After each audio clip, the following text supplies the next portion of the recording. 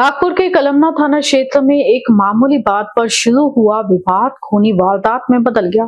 पार्वती नगर स्थित बबलू खान की ईंट भट्टी पर काम के दौरान मजदूर सुनील किशोर सतनामी उम्र 40 वर्षीय और ड्राइवर हिमांशु उर्फ गुड्डू गुरुदेव सोनटक्के के बीच ईंट रखने की बात को लेकर कहासुनी हो गई। आरोप है कि ड्राइवर ने सुनील से कहा कि ईंट इस तरफ रखो नहीं तो गाड़ी नहीं लगेगी। इसी बात को लेकर दोनों के बीच पहले शाब्दिक विवाद हुआ, जो देखते ही देखते हाथापाई में बदल गया।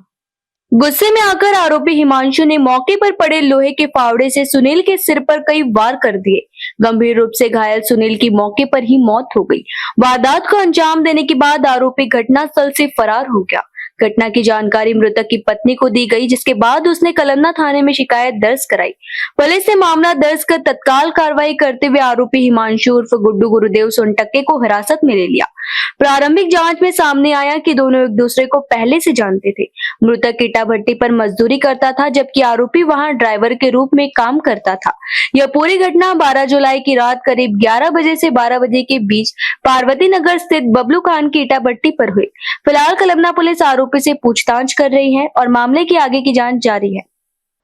काल आपल्याला मिळालेल्या माहितीवरून आपल्या हद्दीमधील कळमना पोलीस स्टेशनच्या हद्दीमधील बबलू खान यांच्या विटाभट्टी माहूरकर विटाभट्टीजवळ पर्वती नगर येथे एका इसमाला मारहाण केली आहे आणि तो निश्चित अवस्थेत रक्ताच्या फावळ्यात पडला आहे अशी माहिती भेटली। बीट मार्शल सदर ठिकाणी पोहोचले। सदर ठिकाणी पोहोचून खात्री केली असता एक इसम पडला होता। त्याच्यानंतर वरिष्ठ आणि डे ऑफिसर जाऊन पाहणी केली असता सदर ठिकाणी एक इसम रक्ताच्या फावळ्यात पडला होता। त्याला तात्काळ ॲम्ब्युलन्स बोलून त्याला आपण उपचाराकरिता मे हॉस्पिटल येथे रवाना केलो। तदनंतर चौकशी केली असता सदर हा जखमी इसम नामे सुनील किशोरी सतनामी वय 40 वर्ष राहणार काच कंपनी जवळ वांद्रा नागपूर येथे राहत असलेला हा इसम त्याचा मित्र नामे हिमांशु उर्फ गुड्डू गुरुदेव सोनटक्के हा आरोपी त्यांच्यामध्ये ते दोघं काम वीटभट्टीवर काम करत होते वीट भरण्याचं। त्यांच्यामध्ये वीट भरण्याच्या कारणावरून काही बोलाबोली झाली आणि आपसामध्ये वाद झाला आणि त्या वादावरूनच त्याने त्यांच्या जवळ असलेला लाकडी दांड्याच्या लोखंडी फावड्याने त्याच्या मानेवर घाव करून त्याला जीवानीशी ठार मारण्याचा प्रयत्न केला।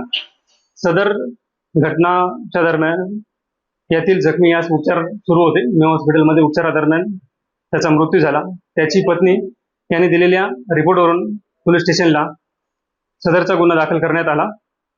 तर उपचारादरम्यान मृत्यू झाल्याने सदर गुन्ह्यामध्ये कलमवाढ करण्यात आली आणि सदर आरोपीचा शोध घेण्याकरिता तपास पथकातील अंमलदारांना रवाना केले होते। त्यांनी सदर आरोपीचा शोध घेऊन आमच्या समक्ष हजर केले।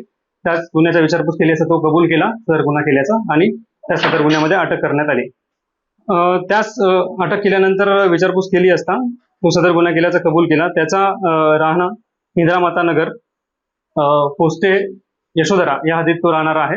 तर त्याची क्राईम रेकॉर्ड आम्ही चेक केला असता कोणताही गुन्हा दिसून आला नाही। त्यांचा आपसी म्हणजे विटाभट्टी भरण्याच्या कारणावरून त्यांच्यात वाद होऊन सदरचा गुन्हा ते कृत्य केला आहे असं प्रथमदर्शनी समोर येत आहे। समोरचा तपास सुरू आहे।